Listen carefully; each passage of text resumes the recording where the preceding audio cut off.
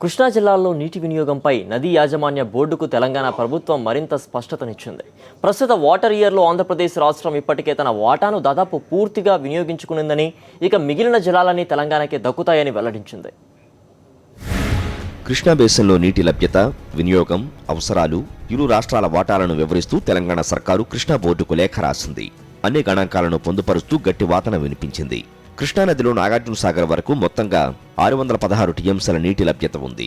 ఇందులో ఇరు రాష్ట్రాలు కలిపి 550 టీఎంసీల నీటిని వాడుకోవచ్చు. విభజన చట్టం ప్రకారం తెలంగాణ 42%, ఏపీ 58% నీటిని వాడుకోవలసి ఉంది.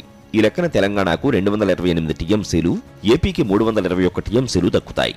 అయితే తెలంగాణ ఇప్పటి వరకు 112 టీఎంసీలను వాడుకోగా, ఏపీ మాత్రం 319 టీఎంసీలను వినియోగించుకుంది.